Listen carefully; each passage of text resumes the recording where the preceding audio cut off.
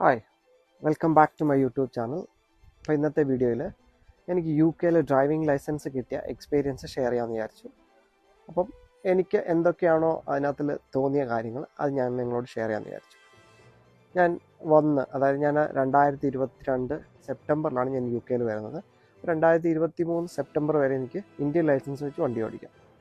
അപ്പം അത് വെച്ചിട്ട് അതിനിടയ്ക്ക് പലരും എന്നോട് പറഞ്ഞ കാര്യങ്ങളിൽ ചെറിയൊരു വ്യത്യാസങ്ങളുണ്ടായിരുന്നു. അപ്പോൾ അതെനിക്ക് കിട്ടിയ ഇൻഫർമേഷൻ അത് ഞാൻ ഷെയർ ചെയ്യാം. ഞാൻ വന്നപ്പോൾ എല്ലാവരും പറഞ്ഞു പ്രൊവിഷണൽ എടുക്കരുത്, പ്രൊവിഷണൽ എടുത്തു കഴിഞ്ഞാൽ നമുക്ക് പിന്നെ ഇന്ത്യൻ ലൈസൻസ് വെച്ച് ഓടിക്കാൻ പറ്റില്ല.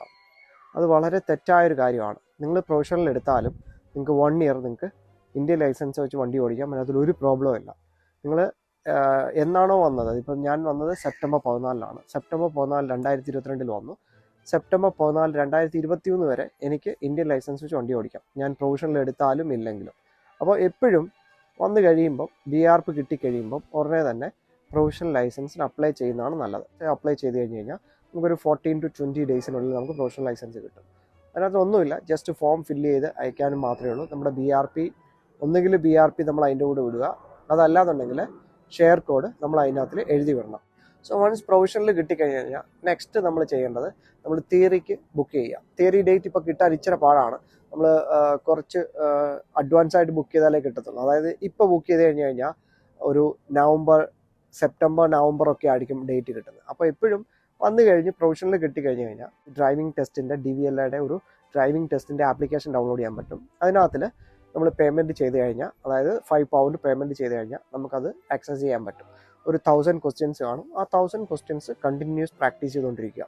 നമുക്ക് പല കാറ്റഗറി ഉണ്ട്, ഓരോ കാറ്റഗറി തിരിച്ച് നമുക്ക് പ്രാക്ടീസ് ചെയ്യാം. അതല്ലാന്നുണ്ടെങ്കിൽ എല്ലാം കൂടെ ഷഫിൾ ചെയ്ത് വേണമെങ്കിൽ നമുക്ക് പ്രാക്ടീസ് ചെയ്യാം. നമ്മളത് കുറേ പ്രാക്ടീസ് ചെയ്ത് കഴിയുമ്പോൾ നമുക്കൊരു ഐഡിയ കിട്ടും.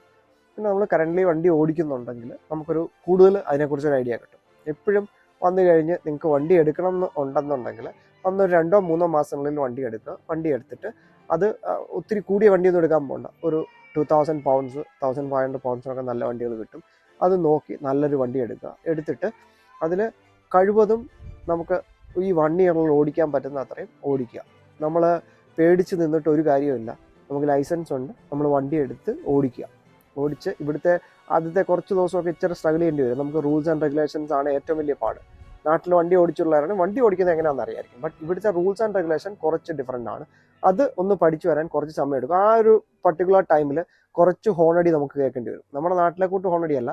നമ്മൾ എന്തെങ്കിലും ഒന്ന് തെറ്റായിട്ട് ചെയ്തു, അവരെ ബുദ്ധിമുട്ടുണ്ടാക്കി, മറ്റുള്ള ഡ്രൈവറിന് ബുദ്ധിമുട്ടുണ്ടാക്കി, ഡെഫിനറ്റ്ലി അവരൊന്ന് ഹോൺ അടിക്കും. അല്ലാതെ നമ്മുടെ വീട്ടിൽ ഹോൺ അടിച്ചുകൊണ്ടിരിക്കത്തില്ല. ജസ്റ്റ് അവരൊന്ന് കാണിക്കും, എനിക്ക് ഇഷ്ടപ്പെട്ടില്ല എന്ന് കാണിക്കും.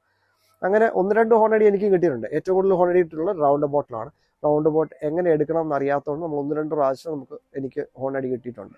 അല്ലാതെ ബാക്കിയുള്ള കാര്യങ്ങൾ നമ്മൾ സ്പീഡ് ലിമിറ്റ് മെയിൻറ്റെയിൻ ചെയ്ത് പോയി കഴിഞ്ഞാൽ ഒരു പ്രോബ്ലം ഇല്ല. അപ്പം ഫസ്റ്റ് പ്രൊവിഷണൽ എടുക്കുക, അതാണ് വളരെ ഇമ്പോർട്ടൻറ്റ്. ഫസ്റ്റ് പ്രൊവിഷണൽ എടുത്തു കഴിഞ്ഞ് കഴിഞ്ഞാൽ തിയറി ടെസ്റ്റിന് ബുക്ക് ചെയ്യുക. തിയറി ടെസ്റ്റിന് ബുക്ക് ചെയ്ത് £23 ആണ്. നമ്മൾ തിയറി ടെസ്റ്റ് ക്ലിയർ ചെയ്ത് കഴിഞ്ഞാൽ അതിനകത്തിൽ തിയറിക്കകത്ത് മൾട്ടിപ്പിൾ ചോയ്സും ഉണ്ട്, ഹസാർഡ് പെർസെപ്ഷനും ഉണ്ട്. ഹസാർഡ് പെർസെപ്ഷനകത്ത് നമുക്ക് കുറേ വീഡിയോസ് തരും, 14 വീഡിയോസ് തരും. അതിനകത്തിൽ എപ്പോഴാണോ നമുക്ക് ഒരു ഡേഞ്ചർ സിറ്റുവേഷൻ തോന്നുന്നത് അപ്പോൾ നമ്മൾ മൗസ് വെച്ച് ക്ലിക്ക് ചെയ്യും. അതിനനുസരിച്ചാണ് നമുക്ക് പോയിന്റ് കിട്ടുന്നത്. അത് നമ്മൾ ആ ഒരു ആപ്ലിക്കേഷൻ ഡൗൺലോഡ് ചെയ്യുമ്പോൾ എല്ലാം എക്സ്പ്ലെയിൻ ചെയ്ത് നമുക്ക് അതിനകത്തിൽ കിട്ടും. നമ്മൾ കുറേ പ്രാക്ടീസ് കഴിയുമ്പോൾ നമുക്ക് എളുപ്പത്തിൽ ചെയ്യാൻ പറ്റും. എപ്പോഴും ഹസാർഡ് പെർസെപ്ഷൻ എളുപ്പമാണ് എന്ന് പറഞ്ഞിട്ട് അത് പ്രാക്ടീസ് ചെയ്യാതിരിക്കരുത്. ഞാൻ തിയറി ടെസ്റ്റ് എഴുതിയപ്പം ഞാൻ ഫെയിലായത് ഹസാർഡ് പെർസെപ്ഷനിലാണ്. എനിക്ക് 43 മാർക്സ് എങ്ങാണ്ടേ ഉള്ളായിരുന്നു. 44 വേണമായിരുന്നു, 42 43 കൊണ്ടുള്ളായിരുന്നു. സോ ഞാനത് ഫെയിലായിപ്പോയി. അപ്പം രണ്ടാമത്തെ പ്രാവശ്യം നമ്മളത് കൂടുതൽ ഫോക്കസ് ചെയ്യും. അപ്പം എപ്പോഴും നമ്മൾ ഫോക്കസ് ചെയ്യുമ്പോൾ രണ്ടും ഒരുപോലെ ഫോക്കസ് ചെയ്യുക. ഒന്ന് നമുക്ക് എളുപ്പമാണെന്ന് പറഞ്ഞിട്ട് മാറ്റി വെക്കരുത്. രണ്ടും ഒരുപോലെ ഫോക്കസ് ചെയ്തിട്ട് വേണം പോയി എഴുതാനായിട്ട്. £23 ഈ എക്സാമിന് ഫീസ് വരുന്നത്. തിയറി ടെസ്റ്റ് പാസ്സായിട്ടുണ്ട്. പിന്നെ നമുക്ക് പ്രാക്ടിക്കലാണ്. പ്രാക്ടിക്കലിന് നമുക്ക് ബുക്കിംഗ് കിട്ടാൻ ഭയങ്കര പാടാണ്. അപ്പോൾ എപ്പോഴും ഈ 1 ഇയർ ആകാനായിട്ട് കാത്തിരിക്കരുത്. ഒരു 8 months ഒക്കെ ആകുമ്പോഴത്തേന് പതുക്കെ ഒന്ന് ബുക്ക് ചെയ്യുക. കാരണം അതും ഇതുപോലെ തന്നെയാണ്. നമ്മൾ ബുക്ക് ചെയ്ത് കഴിഞ്ഞാൽ ഒത്തിരി അഡ്വാൻസ് ആയിട്ട് ബുക്ക് ചെയ്യണം, എങ്കിലേ നമുക്ക് സീറ്റ് കിട്ടത്തുള്ളൂ. പിന്നെ ഒരു ആപ്ലിക്കേഷൻ ഉണ്ട്, ആ ആപ്ലിക്കേഷൻ ഡൗൺലോഡ് ചെയ്യാൻ നമ്മൾ £19 കൊടുത്തു കഴിഞ്ഞാൽ നമുക്ക് നേരത്തെ വരുന്ന, അതായത് ക്യാൻസലേഷൻ വരുന്നതൊക്കെ നമുക്ക് നോട്ടിഫിക്കേഷൻ വരും, നമുക്ക് അങ്ങനെ ബുക്ക് ചെയ്യാൻ പറ്റും. ഞാൻ അങ്ങനെ ചെയ്തിട്ടാണ് എനിക്ക് നേരത്തെ കിട്ടിയത്. ജൂലൈ 23 കഴിഞ്ഞിട്ടാണ് ഞാൻ ബുക്ക് ചെയ്യുന്നത്. ബുക്ക് ചെയ്യുമ്പോൾ എനിക്ക് കിട്ടുന്നത് നവംബർ 19 ഡേറ്റ് ആണ് എനിക്ക് കിട്ടുന്നത്. പക്ഷേ സെപ്റ്റംബർ വരെ എനിക്ക് ഇന്ത്യൻ ലൈസൻസ് വെച്ച് വണ്ടി ഓടിക്കാൻ പറ്റത്തുള്ളൂ ലീഗലി. അപ്പം ഞാൻ അത് നേരത്തെ ബുക്ക് ചെയ്യാനായിട്ട് ഞാൻ ആ ആപ്ലിക്കേഷൻ അപ്ലോഡ് ചെയ്തു. എനിക്ക് ജൂലൈ ലാസ്റ്റിൽ ഒരു ഡേറ്റ് കിട്ടി. അപ്പോൾ എനിക്കൊരു ചെറിയ കോൺഫിഡൻസ് കുറവ് തോന്നി, ഞാനതും എടുത്തില്ല. പിന്നെ എനിക്കൊരെണ്ണം 17-ാം തീയതി വന്നു, അത് ഞാൻ എടുത്തില്ല. എടുക്കാമെന്ന് വിചാരിച്ചു, അപ്പോഴത്തേനും അത് പെട്ടെന്നാണ് ഫില്ലായി പോകുന്നത്.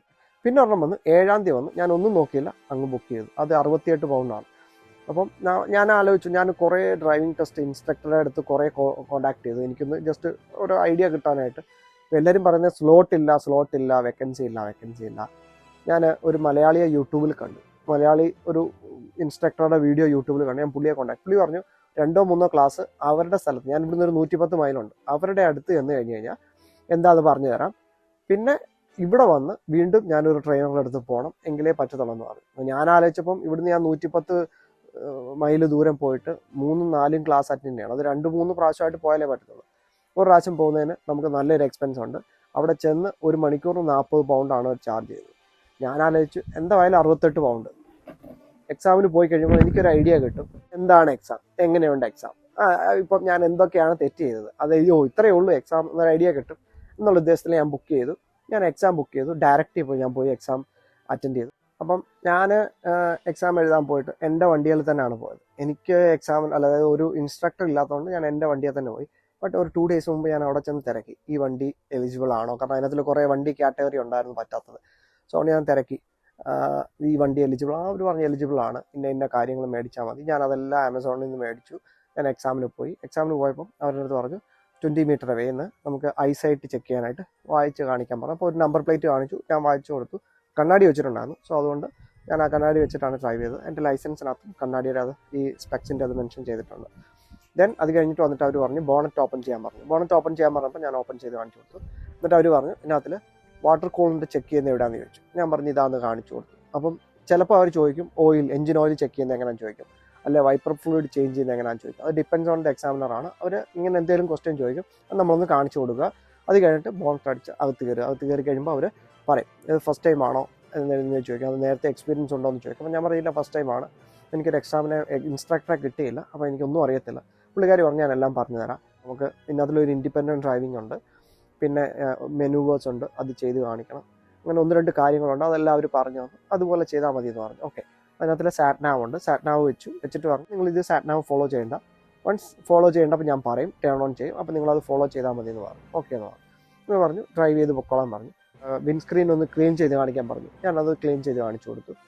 അത് കഴിഞ്ഞിട്ട് അപ്പം ഈ പോയ എൻ്റെ വീഡിയോ ഞാൻ എൻ്റെ കാറിലാണ് പോയത്, അതിനകത്തിൽ ഡാഷ് ക്യാം ഉണ്ടായിരുന്നു. സോ ഞാൻ എല്ലാം റെക്കോർഡ് ചെയ്തിട്ടുണ്ട്. ഞാൻ ആ വീഡിയോ കാണുന്നില്ല, ഞാനത് കോപ്പി ചെയ്ത് വെച്ചായിരുന്നു. എൻ്റെ ആ പെൻ ഡ്രൈവ് മിസ്സായിപ്പോയി. ഞാൻ കഴിഞ്ഞ ദിവസം വീടൊന്ന് ക്ലീൻ ചെയ്തപ്പോൾ അത് കിട്ടി. ഞാനത് എഡിറ്റ് ചെയ്ത് ഇൻക്ലൂഡ് ചെയ്യുന്നതായിരിക്കും. ഈ അടുത്തൊരു വീഡിയോയിൽ അത് ഇടുന്നതായിരിക്കും. എൻ്റെ വീഡിയോ എന്തൊക്കെ കാര്യങ്ങളാണ് പറഞ്ഞത്, എങ്ങനെയൊക്കെയാണ് ചെയ്യേണ്ടത് എന്നൊക്കെ ഞാൻ അതിനകത്തിൽ എക്സ്പ്ലെയിൻ ചെയ്യുന്നതായിരിക്കും. അപ്പം എന്തെങ്കിലും ഡൗട്ട് ഉണ്ടെങ്കിൽ നിങ്ങൾ ജസ്റ്റ് ഒന്ന് കമൻറ്റ് ചെയ്താൽ മതി. So stay tune for the next video. Thank you.